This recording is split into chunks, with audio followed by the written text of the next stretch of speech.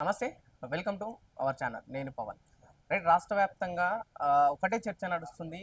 రేవంత్ రెడ్డి ప్రభుత్వ ఉద్యోగులపైన చేసిన వ్యాఖ్యలు. ఎందుకు రేవంత్ రెడ్డి అట్లాంటి వ్యాఖ్యలు చేయాల్సి వచ్చింది? నిజంగానే తెలంగాణ ఆర్థిక పరిస్థితి బాలేదా? లేకుంటే ఇవ్వాల్సిన పథకాలు, ఇవ్వాల్సిన హామీలు ప్రజలకు ఇవ్వకుండా తప్పించుకోవడానికి ఇట్లాంటి ఏమన్నా కారణాలు ఏమని చెప్తుందా? ఎందుకు ప్రభుత్వ ఉద్యోగులను కించపరచాల్సిన అవసరం వచ్చింది? మనం మాట్లాడే ప్రయత్నిద్దాం. వీటిపైన మనతో పాటు మాజీ టీఎన్జిఓ ఉద్యోగుల సంఘ అధ్యక్షులు మనతో పాటు ఉన్నారు. సార్ చెప్పండి, ఏంటి రేవంత్ రెడ్డి గారు ఇట్లాంటి వ్యాఖ్యలు చేయడానికి ప్రధాన కారణం ఏంటి? నిజంగానే ఆర్థిక పరిస్థితి బాలేదా? బాగుండి కూడా ఇవ్వాల్సిన హామీలు తప్పించుకోవడానికి ఇట్లాంటి వ్యాఖ్యలు చేసిందా? ఆర్థిక పరిస్థితి బాగలేదని ఒక ముఖ్యమంత్రి అనడం అంటే ఆ రాష్ట్రం దివాలా తీసిందని అర్థం. కానీ తెలంగాణ అన్ని రంగాల్లో కూడా ముందున్నటువంటి రాష్ట్రం. అట్లాగే కాంగ్రెస్ పార్టీ అధికారంలోకి రావడానికి ఇచ్చినటువంటి హామీలు అమలు చేయమని అడుగుతా ఉన్నారు ఉద్యోగులు కానీ, ప్రజలు కానీ, నిరుద్యోగులు కానీ. ఇలా కొత్త కోరికలు ఎవ్వరు కొడతలేరు. ఈ రాష్ట్రంలో ఆర్థిక పరిస్థితి గుల్ల చేయాలని ఎవరికి లేదు. ఈ రాష్ట్ర ఆర్థిక పరిస్థితి బాగుండాలి, ప్రభుత్వం బాగుండి ముఖ్యమంత్రి బాగుంటేనే కదా పిండి పాలు వచ్చేది. ఇప్పుడు ప్రభుత్వ ఉద్యోగులు బోనస్ అడుగుతుందని చెప్పేసి రాష్ట్ర ప్రభుత్వం ముఖ్యమంత్రి చెప్పింది. కానీ ఒకవైపు ప్రభుత్వ ఉద్యోగ సంఘాలని మేము ఎక్కడ కూడా బోనస్ అడగలేము, మాకు రావాల్సిన డబ్బులే అడుగుతామని ఉద్యోగ సంఘాలు చెప్తున్నాయి. ఎక్కడ పొంతన ఎక్కడ కూడా అసలు ఉద్యోగులకు బోనస్ వస్తుందా రాదని ముఖ్యమంత్రికి తెలియకుంటే నవ్వొస్తుంది మాకు. ఉద్యోగులు అనేటోళ్ళకి బోనస్ రాదు. కార్ఖానాలలో పనిచేసేటోళ్లకు, లేకుంటే విద్యుత్ రంగంలో పనిచేసేటోళ్లకు, సింగరేణిలో పనిచేసేటోళ్లకు, ఇండస్ట్రీ చట్టం కింద ఉన్నటువంటి వాళ్ళకు బోనస్లు వస్తాయి. ఉద్యోగులకు మాకు బోనస్లు లేవు. మాకు కేవలం వేతనం మాత్రమే వస్తుంది.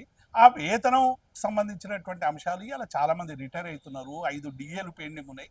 ఒక్కొక్క ఉద్యోగి నెలకు 15,000 నుంచి 20,000 నష్టపోతా ఉన్నాడు. ఈ 17 నెలల నుంచి ఒక్కొక్క ఉద్యోగి బాధపడతా ఉన్నాడు. మీరు పెంచకండి, మాకు పెట్రోల్ ఉద్దర ఓపియండి, మా కిరాణా షాపులో డబ్బు పెంచకుండా చూడండి. ఆర్థికంగానేమో బయటనేమో విపరీతంగా రేట్లు పెరిగిపోతున్నాయి. ఉద్యోగి మాత్రం సర్దుకోవాలంటే ఎట్లా చదువుకుంటాడు? 4వ తరగతి ఉద్యోగి మాకేం లక్షల ఉద్యోగాలు జీతాలు రావు. 25,000 నుంచి మొదలైతే మ్యాక్సిమంగా 30 ఏళ్ల సర్వీస్ ఉంటే లక్ష రూపాయలు వస్తాయి. కాబట్టి ఉద్యోగుల్ని సరైనటువంటి రీతిలో అర్థం చేయించి వాళ్ళ సమస్యలు పరిష్కరించాలి. చాలా మంది ముఖ్యమంత్రులు ఉమ్మడి ఆంధ్రప్రదేశ్లో కానీ, తెలంగాణలో కానీ అనేక మంది సమస్యలు పరిష్కరించదు. డెఫినెట్గా ఉద్యోగులం అడుగుతాం మెరుగైనటువంటి వేతనాలు. కానీ రాష్ట్ర ఆర్థిక పరిస్థితి, మిగతా విషయాలు అన్ని చూసి ముఖ్యమంత్రి స్పందించి ప్రభుత్వం స్పందించాలి. కానీ ముఖ్యమంత్రి ఏం చేస్తున్నాడు అంటే ఉద్యోగులకు ప్రజలకు మధ్య ఒక రెచ్చగొట్టేటువంటి వ్యాఖ్యానాలు చేసిండు. నన్ను కోసుక తిన్నా నా దగ్గర డబ్బులు లేవని ముఖ్యమంత్రి గారు చెప్తా ఉన్నారు. అంటే కోసుక తినడానికి ఉద్యోగులు లేరు. ఈ ఉద్యోగులందరూ కూడా ప్రజలకు సంక్షేమ పథకాలు అందజేయడానికి 16 నెలల్లో చాలా వరకు 6 గ్యారెంటీలు, 420 హామీలు. ఈ 6 గ్యారెంటీలలో కూడా 13 హామీలు ఉన్నాయి. ఇవి అందియలేకపోతున్నాము. ఈ ఫ్రస్ట్రేషన్ ని ఉద్యోగుల పైన ఇద్దామనే ఒక ఈ ధోరణి ఏమైనా ఉందంటారు? తప్పకుండా అదే. అంటే ఇప్పుడు ఏమైందంటే ఉద్యోగులు జీతాలు అడుగుతున్నారని ప్రజలకు సంబంధించిన హామీల్ని ఎగ్గొట్టే ప్రక్రియ చేస్తున్నాడు. ఇటు ఉద్యోగులకు ఇవ్వాలని ప్రజలకు చెప్తా ఉన్నాడు, ప్రజలకు ఇవ్వాలని ఉద్యోగులకు చెప్తా ఉన్నాడు. ఈ రెండింటి మధ్య కొద్ది రోజులు కాలం గడుపుదామనేటువంటి తత్వంతో రేవంత్ రెడ్డి ఇటువంటి మాటలు మాట్లాడుతూ ఉన్నాడు. ఒక ముఖ్యమంత్రిగా మాట్లాడకూడనటువంటి మాటలు. ఎందుకంటే తెలంగాణ ఉద్యోగులు అనేటోళ్ళు మామూలు ఉద్యోగులు కాదు, కేవలం జీతం కోసం పనిచేసే ఉద్యోగులు కాదు.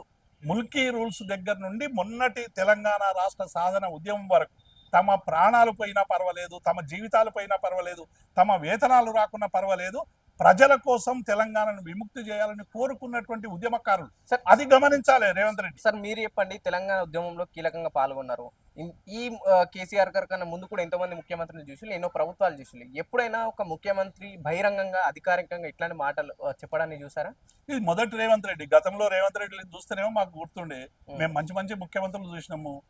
ఎన్టీ రామారావును, మన కేసీఆర్ను, చంద్రబాబు నాయుడును, కిరణ్ కుమార్ రెడ్డిని, రోజయ్యను, అంజయ్యను, ఇట్లా అనేక మంది ముఖ్యమంత్రులు ఎప్పుడు కూడా ఉద్యోగులతో సఖ్యత పెంచుకునేవాళ్ళు. మేము 2 తిట్లు తిట్టినా వెంటనే స్పందించేటోళ్ళు కాదు.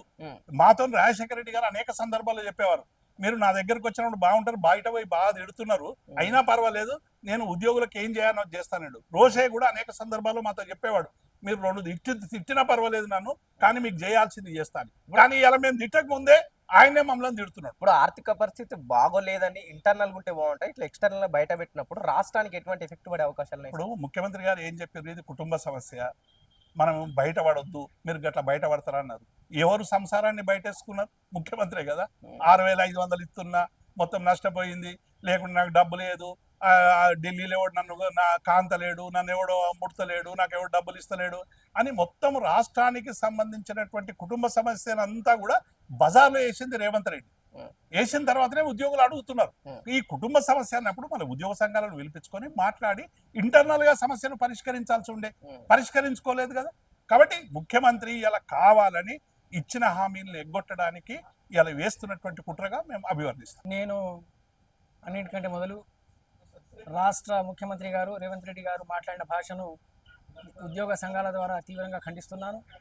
అలాగే ప్రత్యేకంగా నిన్న 3 సభ్య కమిటీ ఏదైతే వేసిర్రో రాష్ట్ర ప్రభుత్వం, ఆ 3 సభ్య కమిటీని మేము స్వాగతిస్తూ ఈ 3 సభ్య కమిటీ కూడా ఏదైతే ఉద్యోగుల సమస్యలను పరిష్కారం చేయడానికి కొరకు ఏర్పాటు చేసినందుకు వారికి మళ్ళొకసారి ధన్యవాదాలు తెలియజేస్తూ ఈ రాష్ట్ర ముఖ్యమంత్రి గారు ఈ 3 సభ్య కమిటీ కంటే ముందు మంత్రుల కమిటీని ఏర్పాటు చేశారు. ఆ మంత్రివర్గ కమిటీ ఏమి చర్చించకుండా, డిమాండ్ల గురించి ఏం సంప్రదించకుండా వాళ్ళు కేవలం కాలయాపన చేసి మంత్రుల తర్వాత ఇప్పుడు అధికారుల కమిటీ వేయడం అంటే ఇది భారతదేశంలో మొదటిసారి. అంటే ఇచ్చిన హామీలు నెరవేర్చలేము అని ఓపెన్ గా చెప్పేసి కొంచెం ముఖ్యమంత్రి ఈ సందర్భంగా ఒకవేళ నెరవేర్చకుంటే ఇప్పుడు దాదాపుగా ఆర్థిక ఏతర సమస్యలు కూడా మావి ఉన్నాయి. దాదాపుగా 36 సమస్యలు ఉన్నాయి. దానికి ఎలాంటి ఆర్థిక వనరులు అవసరం లేదు, ఆర్థిక డబ్బులు కూడా అవసరం లేని మన సమస్యలు కూడా ఉన్నాయి. కనీసం ఆ సమస్యలైనా మీరు మాతో చర్చించి ఆర్థిక భారం లేని సమస్యలు కనీసం మీరు తీరిస్తే మాకు మీ మీద భరోసా వస్తుండే. కనీసం ఆర్థిక భారం లేని సమస్యలు కూడా మీరు తీర్చకపోవడం చాలా బాధాకరమని